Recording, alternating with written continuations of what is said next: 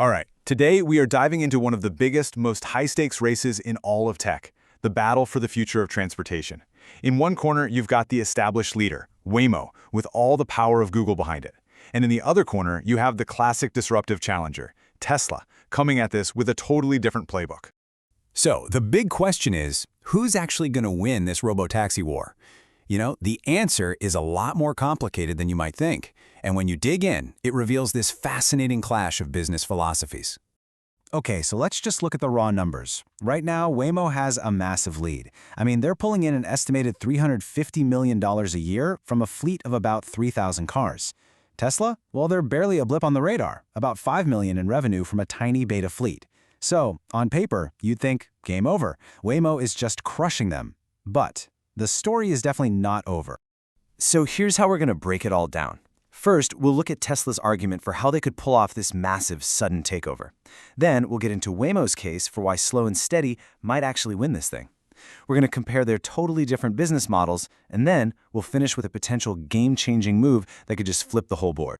Let's start with the bull case for Tesla. This is the argument that they are basically a sleeping giant, and that their biggest strength, the thing they do better than almost anyone, manufacturing cars at a massive scale, is the ace up their sleeve that everybody's underestimating.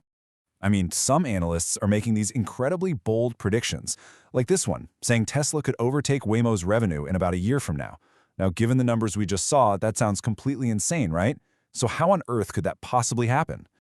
Well, the whole strategy really hinges on this one core concept you hear from Tesla execs all the time. It's slow, then fast. The idea is that the first part, developing the AI and the tech, that's the agonizingly slow part. But once that software is finally solved, the scaling happens like almost overnight. So, the path to dominance, according to this theory, is a three-step play. First, they just leverage the millions of cars they're already building every year. Second, with a simple software update, they could theoretically turn on a massive robotaxi fleet all at once. And third, they could use that insane scale to just overwhelm the market. You see, the argument is that the real bottleneck isn't getting cars on the road. It's making them in the first place. And that's a problem Tesla has already solved. But hold on a second. The skeptics have a pretty powerful counterargument, and they ask a really simple question. Is building cars really the bottleneck here? Or is the reality of actually launching a ride-sharing service way, way more complicated than just flipping a switch? So while the bull case for Tesla is all about the speed of the factory line, the bear case is about the messy, on-the-ground reality. We're talking about things like navigating different city regulations, which can take years, or building out massive charging and service infrastructure, and just the logistics of onboarding and managing thousands of vehicles. That stuff takes time no matter how many cars you can build. And this number right here, this is kind of the smoking gun for the skeptics. Tesla's beta fleet launched with around 130 cars, and it really hasn't grown much since. The argument is, if scaling up was as easy as a software update, why haven't we seen a way more aggressive rollout already? Which really brings us to the central puzzle in all of this. If Tesla can crank out cars at a rate of millions per year, what's really stopping them from flooding cities with robotaxis right now? This question gets right to the heart of the whole debate between these two giants. So, okay, let's zoom out, because beyond this whole debate about fleet size, there is a much, much deeper difference in their business strategies. This isn't just about the tech. It's about two completely different ways of building a company from the ground up. The contrast couldn't be more clear. Tesla is the vertically integrated manufacturer. They build their own cars, design their own software, they control everything. This gives them a huge advantage on cost and, at least in theory, incredible speed. Waymo, on the other hand, is a partner. They buy cars from companies like Jaguar and then spend a ton of time and money retrofitting them. This model is just inherently slower and way more expensive. In this whole partnership model, well, it creates some serious challenges for Waymo. For one, they're completely dependent on other companies for their cars.